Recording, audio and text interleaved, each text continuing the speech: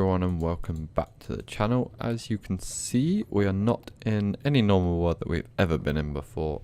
This is a brand new world on 1.7.10. No, it's not the server. We've not updated that yet. Hopefully very soon. We're not sure when though. But no, Thaumcraft 4.2 got released 2 days ago, I believe. I've been a bit slow on it because I've been at work. So unfortunately I couldn't get it on the day of release. But nonetheless, it has changed. We have this deadly gaze thing going on with us. There's an Enderman over there.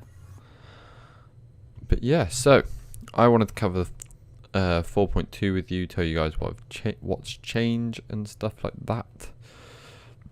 And obviously keep you guys updated. You can see quite a few new things in here. We have relays, and there's new items and tools and other stuff, and I believe there's some more animation cores. I'm not sure on that one though. There's a traveling trunk, which I'm not even sure what that does yet. I haven't looked through all of these. I've gone over sort of like this little area of it, and that's all I've really looked at. So we're going to go through it together. I'm going to show you what's changed, show you some bits and bobs and whatnot, and we're going to learn it together. So yeah, we'll start off here. We're basically going to go down through the tabs and we'll cover everything. First one is warp, flux and all things bad. Flux has always been about. Warp is a brand new one. It says many believe man was not meant to meddle with magic, and nothing gives more credence to that than the existence of warp. Researching forbidden magics or crafting objects of a questionable nature tends to distort a thaumaturge view of reality, twisting both their minds and bodies. This effect is called warp. While some warp gained is temporary and will fade over time, there is no known way to get rid of permanent warp once it is gained, and a thaumaturge who chooses to ignore the dangers in the pursuit of power often finds himself on a slippery slope. Warp usually manifests as minor lapses in concentration, physical pain or hallucinations. These are more than merely mental though, as the visions sometimes impart useful knowledge, or seeming hallucinations prove to be frighteningly real. That's going to be quite interesting. Flux is the physical manifestation of magic gone wrong, pretty much. It's gas and liquid. It's all that purple gooey crap that we get everywhere every time something goes wrong. So that's all that's really changed on the front page. All of this node in the jar and advanced research mastery and stuff is all still there as it was. As you can see, the primal is gone. Anyone who's gotten this far will know there was primal aspect there. That is no longer. All the wands is pretty much the same, scepters and staffs and one cores. I don't know. Oh, staff core, one core. Yep. And then we've got all our caps as well, which are all still the same. All of these are still the same. Focus of 9 hells there, and then we got this one here. As you can see here, it says in purple at the bottom, forbidden knowledge minor.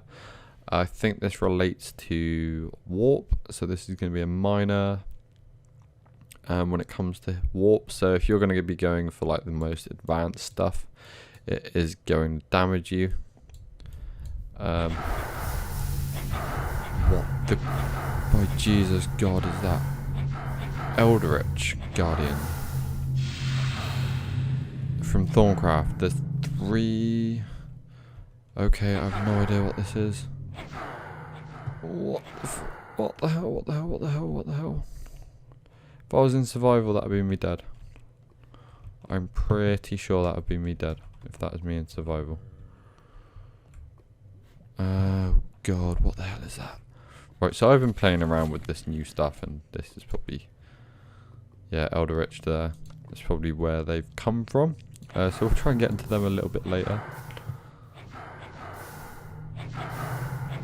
They're down there just throwing shit at me. What the hell? Right, let's see if we can deal with these guys. You can't even attack them. This is terrible. Oh no, wait, you can. Let's just very difficult. I think you got to tap their feet. See if these guys drop anything, actually. This might be something interesting. What have they dropped? Alien ethereal essence. So there's another way to get ethereal essence. He's down.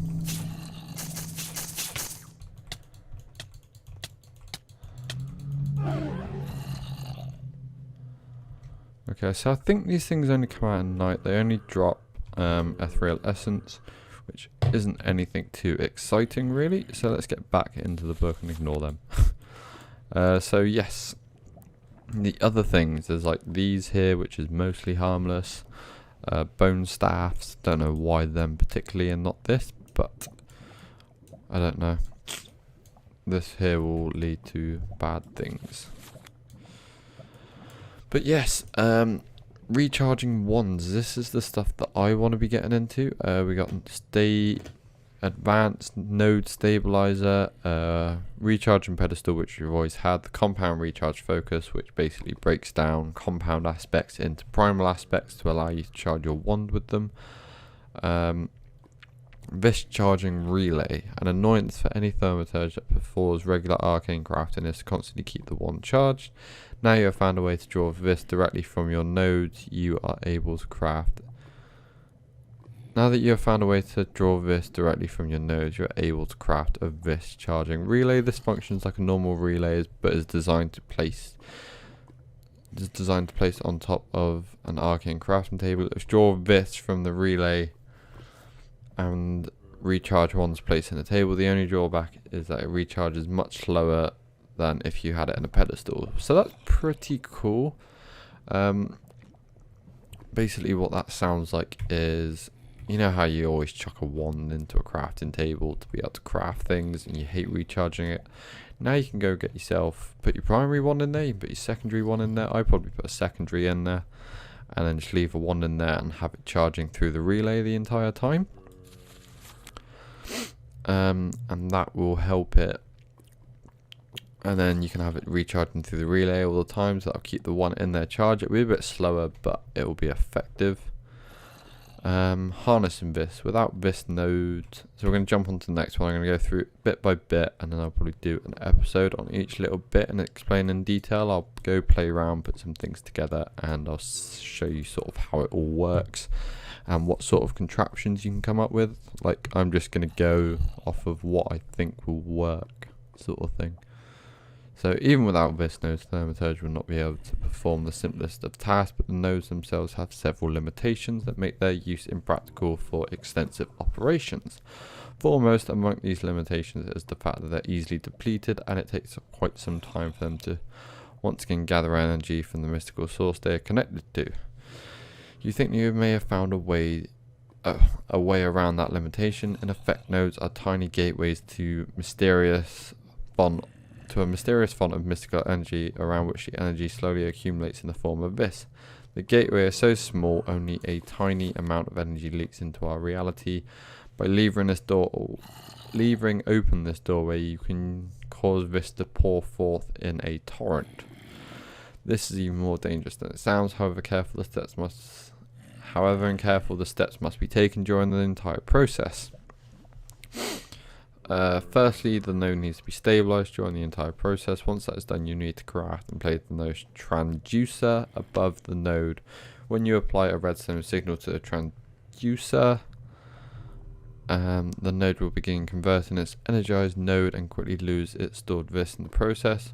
The process will take some time, but when done, the node will change into an energized node. Caution should be taken to keep both the stabler and transductor active from now on. So basically, from what I've read from that, it's gonna make the nodes recharge faster. That's what I've taken from it. Correct me if I'm wrong, but that's what it sounds like. But it sounds like it's gonna be very dangerous, and you gotta make sure both are active. I don't know what that means, but we'll get, like I said, I'm gonna look into this. I'll build some things and play around. Energized nodes no longer store or recharge Vis, nor can Vis be drawn from them. with a 1 or any other means. Instead, they produce a steady supply of CV centivis or 100th of a vis each tick. This energy can be tapped by placing vis relays near the energized node. Each relay acts as a conduit for CV, and any number of relays can be placed within 8 blocks of an energized node. Relays also transfer energy to each other, allowing you to create a network that relays vis to anything that needs it, like the infernal furnace. Oh, there's a lot to read here, god damn it. Relays use a branching system, so each relay can have only one source, either another relay or an energized node, but may have multiple child relays that branch off it. You can also tune a relay to one of the primal aspects by using an appropriate vis shard on it. This does not limit what vis can flow through that relay, but does prevent it from connecting to any other relay. Expect unturned ones or turned except untuned ones or ones tuned to the same primal. So much to gather, so much to try and remember.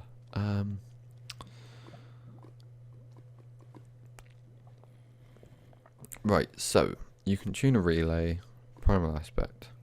So you can use one of the vis shards on it and tune it to like one of the 6 primals. It doesn't limit what can flow through it though, but it prevents it from connecting to any other relay except untuned ones, or ones tuned to the same primal. Okay, I don't understand that, but like I said, we'll play around with it. And what the hell is that? That is a new shard as well, which we'll have to look at. The amount of energy a node produces per tick is finite, so attaching too many devices to a single source might exceed the amount of CV it can produce. It's possible to turn an energized node back into a normal node. Simply cut the redstone signal to the transducer and it slowly turn it back into a normal node. Caution should be taken, however, since the node will completely drain of this, therefore run the risk of being damaged. Fantastic. That was a lot to read. This handy device has several beneficial effects if placed below a node. Firstly, it prevents a node from draining vis from other nodes or being drained in turn. Secondly, it prevents unstable nodes from losing their vis and has a tiny chance of eventually removing the unstable condition completely, which is pretty cool. Lastly, it has a very, very small chance of turning fading nodes into pale nodes. This requires power, however, and the node stabilizer draws this from the node itself.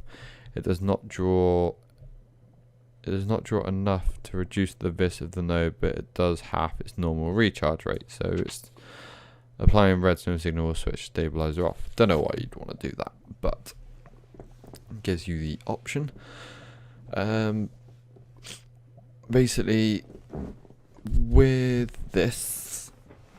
Thaumcraft now, if you put nodes within, I think it's 4 or 8 blocks of each other, they will try and combine their aspects together. It can be used to your advantage, but it can also cause some severe disadvantages. This will basically stop that from happening. Secondly, so if you've got an unstable one as well and you put it on top of this, it has a tiny chance of removing that instability. And if you have a fading node, which doesn't actually have a recharge rate, I believe from what I've read in the past, fading nodes don't recharge the vis in the node. Pale do it at half the rate. Normal do it at normal rate, and then there's pure or bright that does it at twice the rate, I think.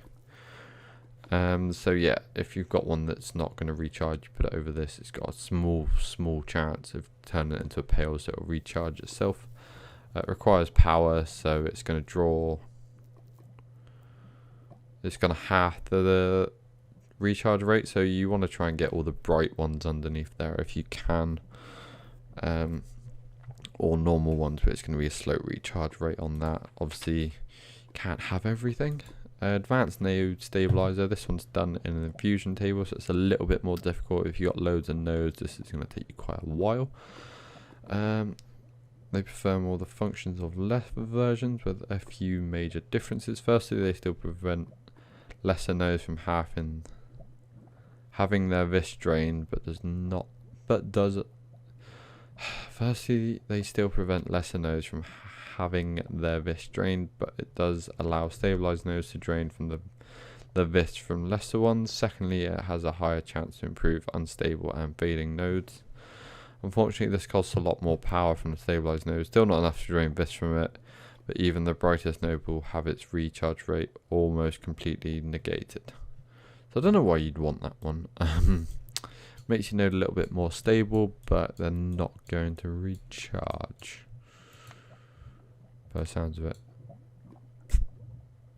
I'm sure you could like redstone switch that up, clock or something, so it would stay really stable at times, but then other times it would just be off, I guess. I don't know. We'll look into that. Like I said, we're going to go through all of it, get all the bits and pieces, and do separate videos. So we've gone in metallurgy was in there before. That was there before. This one here, purifying bath salts. Brand new. Salis Mundus into a crucible with these 4 aspects. Warp is a danger even for the most careful of thaumaturgists. For those who have done a bit too much dabbling, warp effects are probably more than just an annoyance. Purifying bath salts help with that. Simply tossing these salts into water will turn the water into a silvery purifying liquid that soothes away the stress of the day and brings temporary relief from the effects of warp. It should be noted, however, the more warp the thaumaturge suffers from, the shorter the duration of this protection. The salts are quite fragile and will soon dissolve if tossed around haphazardly. So that's pretty cool that there's a way to counter it. Like they said before, there's no way of permanently removing it if you get it permanent. There's no way of removing it. So we've got this here. This is what I'm quite interested in. Branching off magic tallow. I think we had a look at all of these actually. Yeah, you can break things up. You can double some things, and you can manufacture things as well. So we can manufacture that. We can make our own ice out of snow. We can make our own moss stone, just cobble and stuff like that. That was in the last one, I believe. Liquid death for external use only. It's forbidden knowledge, so it will give us some warp. This liquid is so dangerously toxic that virtually nothing can prevent it from dissolving flesh, bone, and even harder substances. Nothing alive or that even displays semblance of life can survive it. Apart from obvious practical applications, this vile substance has another interesting property. Any essentia a dissolved creature possessed form into crystals that can be harvested. This will leave it to the reader's imagination what those crystals can be put to. That's quite interesting, I guess. I think. I'm not sure. We're going to have to play around with it again. Infernal Furnace. There before. All of this was here before. Brain in a Jar was there. Enchantment. Thaumian Fortress Armor. You got base plates for them as well, so you can stick any of these onto here. These are all upgrades for this.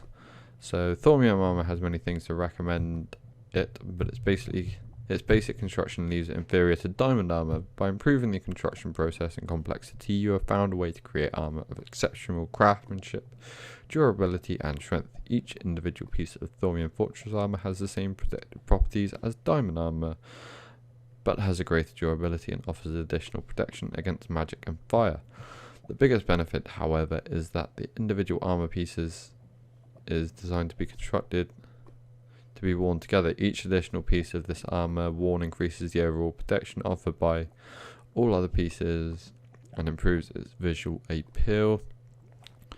As with most objects constructed from thorium, the armor is easy to enchant, so it's all going to be done on infusion tables, things. That's pretty funky actually. It's got some nice durability on it. It's going to take quite a fair bit to get to it though. But I'm sure it'd definitely be worth it in the end. And they seem to be missing the boots. But yes. You can have different masks on them as well by the looks of it. When worn, the mask has increased damping effect on those suffering from warp event. While it does not reduce the number of events, it does reduce the severity somewhat. It seems laughing in the face of danger does have its reward, so that one's pretty cool. Angry Ghost. This mask is designed to be added there. When you are struck in combat while wearing this grim mask, the creature striking you has a chance to suffer from withering effect. Serves them right. I totally agree. Sipping Fiend. This mask is... when you strike a creature in combat while wearing this mask, you sometimes steal a small portion of their life force to strengthen your own. The fact that you do this by supping on their blood doesn't seem to bother you nearly as much as it should. You should wonder if you should be worried about that. No, that's nothing to worry about. Don't be silly. That's totally normal. These things I believe were here, but we never really got into them before. They're definitely not in the server that I play on, but I believe they are in the Thaumcraft tutorial series I was doing. I'm still going to continue on with that. I know it's been like a week off, but I've sort of just been chilling out. But yeah, we will get back into that, I promise.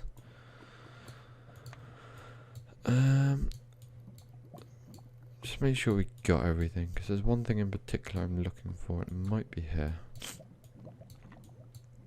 So you got a hungry chest, travelling trunk. Extension of your Golomancy research led to useful companion for any Thaumaturgy on the go. Travelling trunk. This wooden chest will happily hop after its master, always ready to provide convenient storage space for anything you pick up. The travelling trunk is tough and can take a significant amount of beating. It is highly resistant to fire and cannot be harmed by falling. The trunk can follow its master everywhere, even distant dimensions. Should you wish to stay put, however, there's a convenient button located in its GUI. And then you can put the golem upgrades in them, and with this upgrade installed, the travelling trunk will move faster, carry more items, and gain an additional row in the inventory. Fire. He'll actually attack people who attack me, which is going to be quite funny. Water. Well, with this upgrade installed in the travelling trunk, cannot be opened or picked up by anyone else but its master. I thought that was going to be pretty common from the get-go, but obviously we're going to need that in. Also, highly resistible to all but the most devastating amount of damages. So that's pretty cool. Water's definitely one you have to put in that. With this upgrade installed, the travelling trunk will retain its items when it is picked up using a Golomancer's bell. It will drop items as normal when shift click is used. Cool. So they drop. So by the sounds of it, they drop their items when they're picked up. If you shift click it though, it's gonna drop the items still. But with this, it will keep the items in it, which is pretty cool. With this upgrade installed, the travelling trunk will automatically suck in any nearby items it has room for. So I'm not sure how many we can put on this, but hopefully a few. That one should be quite interesting. We got quite a few new cores as well. We'll go over. We haven't really got touch golems on the thing yet, but we will look into them. I think fishing might be a new one.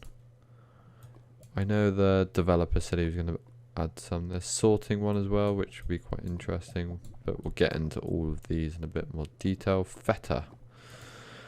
This simple device allows a Golomancer to bring their golems to a temporary halt. If this block is activated with a red signal, any golem that passes over it will complete standstill and cease its current task. Once this block is deactivated, the golem will once again go about its business. So I'm sure you can set that up for some sort of farm or something somehow, but we're going to get into that in the future. This is a brand new tab, which we haven't had it in Thaumcraft yet. It's called the Eldritch tab. And every time I go into this, bad things seem to be happening. So we're going to start off with this, which is void metal, which you make with... I think you start here, actually. Void seed, which is seeds with these.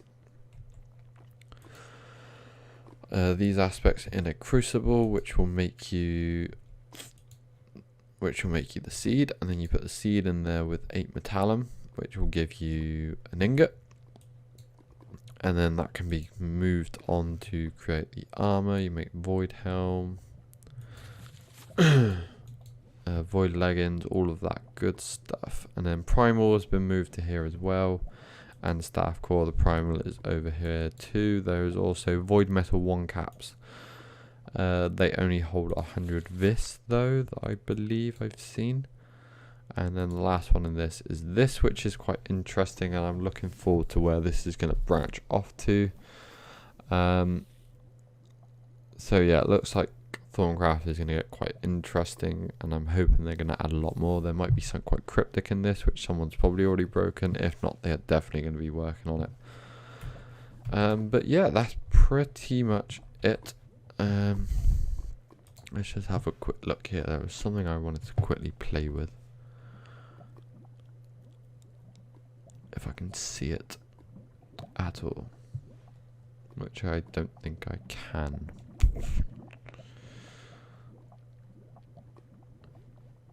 There's that one. I want to get the other chest and then see how it jumps around. Let's go play with the chest.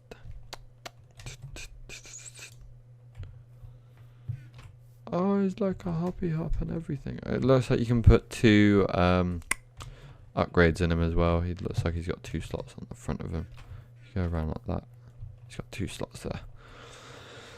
But I believe that's going to be it for this episode. I'm sorry we didn't get like anything done. I just wanted to basically go over Thaumcraft with you guys and show you guys what sort of changed, what's new, what's added, what you got to look forward to. And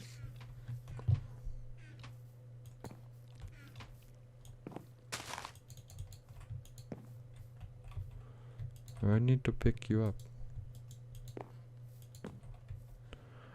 Golemancer's bell? Probably. I apologise as well, I've got a bit of a cold. It's quite horrible weather here at the moment. Golemancer's bell, I believe. Yeah, Golemancer's bell will do the trick on that one. So yes, that has been it for this episode, guys. We're definitely going to be looking into some of the new Thaumcraft things and getting ahead with that. I know I've stopped for a week, but I will be getting back to it because I do quite enjoy the Thaumcraft episodes, and now there's new stuff out, I just want to go play with it some more. So anyway, thank you guys very much for watching as usual. I hope you guys enjoyed the episode. There will also be some Feed the Beast monster up tomorrow, I believe. I've still got to do my prank for Clip Addict. I did some thinking about it and I figured out exactly what we're going to do. So that's going to be coming tomorrow. I fortunately don't have time. I haven't had much time because of work to do it, so we're going to get on that tomorrow straight after work, come home and get our prank done. And I hope you guys are looking forward to that, because I certainly am. And there's going to be some more Robocraft and stuff like that, and Archage is also on another beta, so there's plenty of stuff coming. Plenty of content indeed, and all you guys seem to be enjoying Five Nights at Freddy's as well, which I'm definitely not, so at least one of us is. But anyway guys, thank you very much for watching. Hope you guys are having a fantastic weekend, and like the video if you liked it, and I'll see you guys in the next episode. Bye. Oh, I can't jump as high anymore. No.